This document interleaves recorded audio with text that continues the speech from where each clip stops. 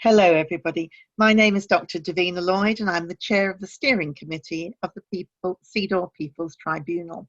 And with me today is Esuantsiwa Goldsmith, who was born in the UK but has family roots back in Ghana. Ezra has worked a long time in women's rights and international human rights, and she actually has a mountain of firsts to her name.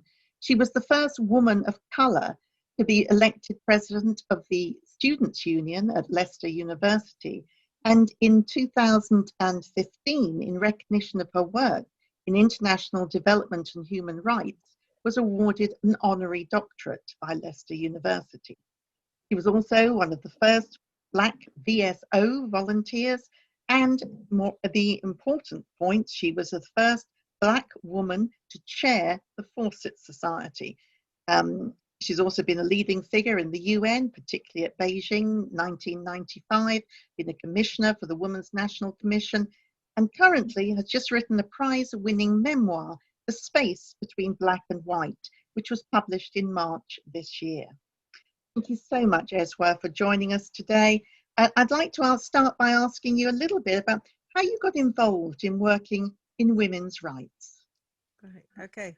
Oh, thank you so much, Davina. It's really lovely to be here. And I've been working in women's rights all my life, I guess. And you referenced the fact that I was born in this country, and my mother is white, and I was born in a white working class neighborhood. And honestly, I felt like I was an alien dropped from outer space. I never saw anyone who was my color or looked anything like me. So right from, I think, about 4 years old, I think I had a real sense, a strong sense of natural justice. I experienced racism as a kid, and being called names, and in the street and in the school, and all my teachers and my family said, oh, just ignore it. So I was kind of bombarded with a lot of this stuff from very early on. And I think it, you know, sometimes it got me down, obviously, but I think I was born with a certain amount of fight in me, and I just thought, this isn't right, the world is unfair, but I'm going to do something about it. So I had that really strong sense from early childhood. And I can remember I was being a really naughty girl, because I was looking for my identity, and I think people didn't realize what a struggle I was having the white people around me. So they sent me off to the countryside to live with an auntie, and I ended up taking with me The Second Sex by Simone de Beauvoir, and I remember reading that all night under the blanket with a torch, like we used to do way back in the day, you know. And I just thought, I'm a feminist. That was it. I was 15 at the time, and I think that very often your political consciousness sort of starts at that age, in your mid-teens very often, and I just carried that with me all my life. And I found the opportunity to really express that at university, and then later on in my work as a volunteer, as one of the first Black volunteers.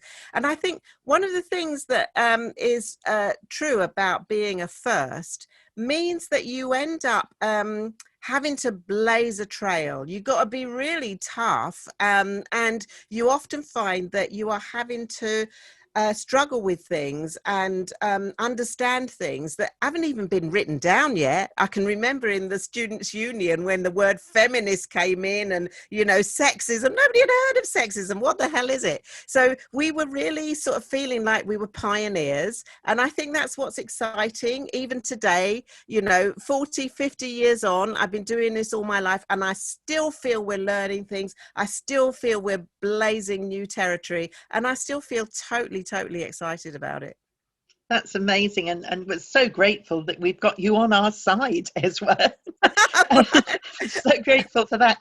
Can you just tell us a little bit about, I mentioned it when I introduced you, about Beijing 1995, the 25th anniversary this year of that amazing conference with those amazing guidelines for how we should move forward. I wonder Yeah. if you could tell us a little bit about that. Yeah, I was really very strongly involved in all of that. And I'm very honoured to be with you, Davina, to be on your side, because I think that you've seen the women's movement go through different crises, different evolutions, and so on in our experience. And each time we get new challenges thrown up. So people in all sorts of walks of life become feminists at all sorts of different ages. And now we've got a campaign for women, pensioners, like who are of our age and older. But I think that it also resonates with people of young people, because this is the 25th anniversary. Quarter of a century ago, we were in Beijing. Amazing to think all that time has gone by. But I was recently at a diaspora conference in February, just before lockdown. And it was a day of the launch of my book, actually. And I was a keynote speaker at a conference on Beijing plus 25, right? And I was in a room full of 100 Black women from the diaspora of African descent, who were either born here, came here, lived their lives here, and a lot of young women all talking to me about Beijing and saying, this is really relevant to us. And that is because it was a global movement. And honestly, when I turned up in Beijing, I think there was something like 50,000 women there, NGO women, in the forum. It was just amazing. You just felt like this is the feminist movement of the world come together. And I was very lucky because I was in between the formal conference, which was all the government delegations, and also the forum. It was the very first time that the UK government had ever had an NGO on their delegation. So I was literally on the government delegation, reporting back from the forum, going to and fro. And I was actually there in the room when, Hillary Clinton uttered the immortal words, women's rights are human rights. And all that was really new and special, but it absolutely means everything to us now. And I think that platform for action, I can remember us absolutely agonizing over every word and sitting on the plane crying about the bits that we didn't get in it. I just don't think we realized just like we were actually making history at that time, and that I brought out my original copy with all my scribbles in the margin at this conference in February 2020 in front of my sisters and said, this is it, and they were all really excited about it, and excited about that the fact that what the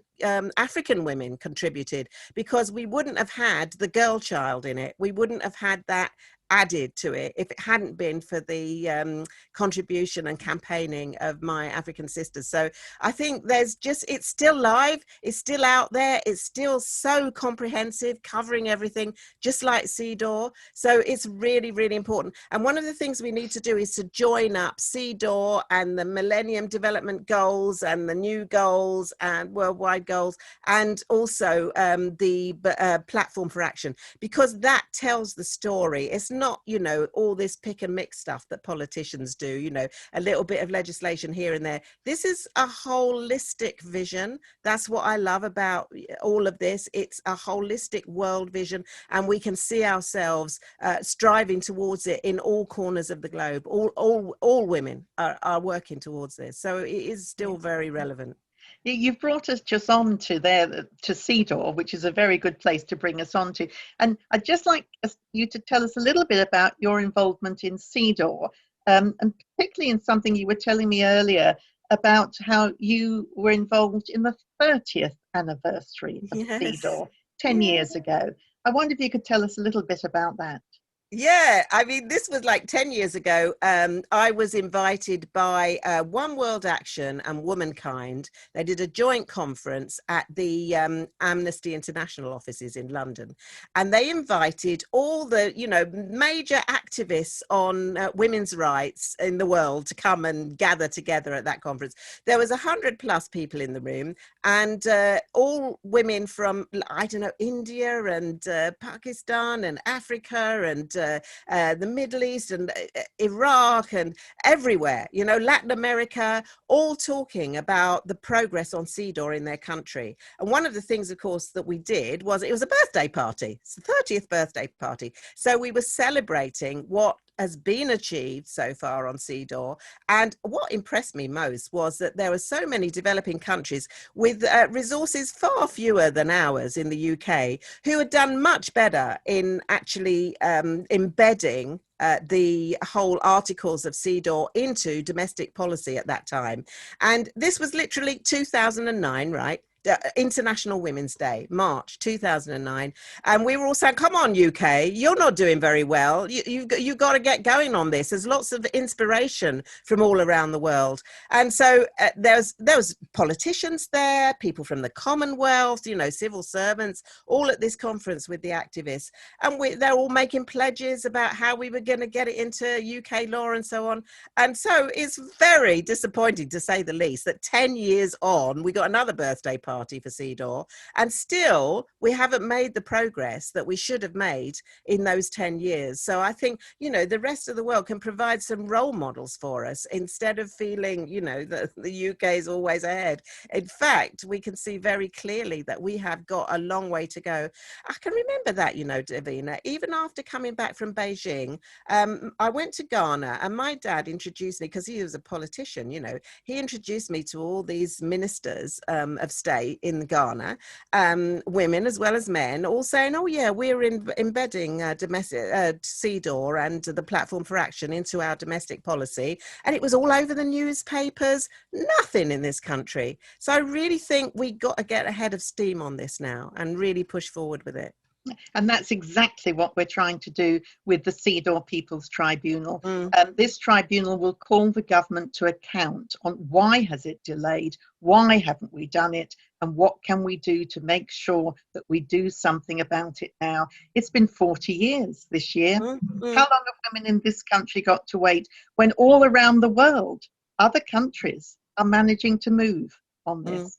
So thank you ever so much. Can I just ask you as a final point, how do you think having CEDAW into UK law will actually help women and girls in this country?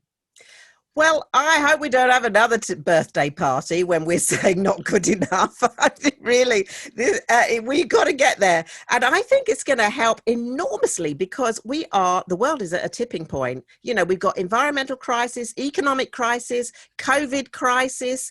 We've seen women bearing the brunt of all that COVID has thrown at us. We've seen women on the front line dying, you know, and women of colour being especially vulnerable to the disease. So it just seems to me that the world is at a tipping point, and we really have to act now.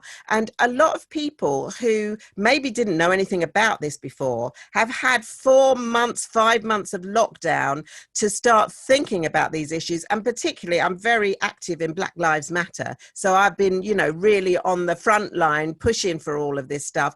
And it just seems to me, I saw my Angela Davis, my heroine, the other, you know, on the Zoom that WOW conference, you know, virtual WOW conference, and she was saying this is definitely a moment in time when we can shed loads of change, because we've got a confluence of lots of things coming together, people dying, the world locked up. We now see ourselves as one global planet, and we need to act. So I'm just thinking the public has got an appetite now in the UK for making real big changes. I believe that, and I don't think change comes gradually. I think shed loads of change sometimes happen at moments in history, like the end of apartheid and so on. We've seen change happen. I believe in it. I am absolutely an optimist, you know.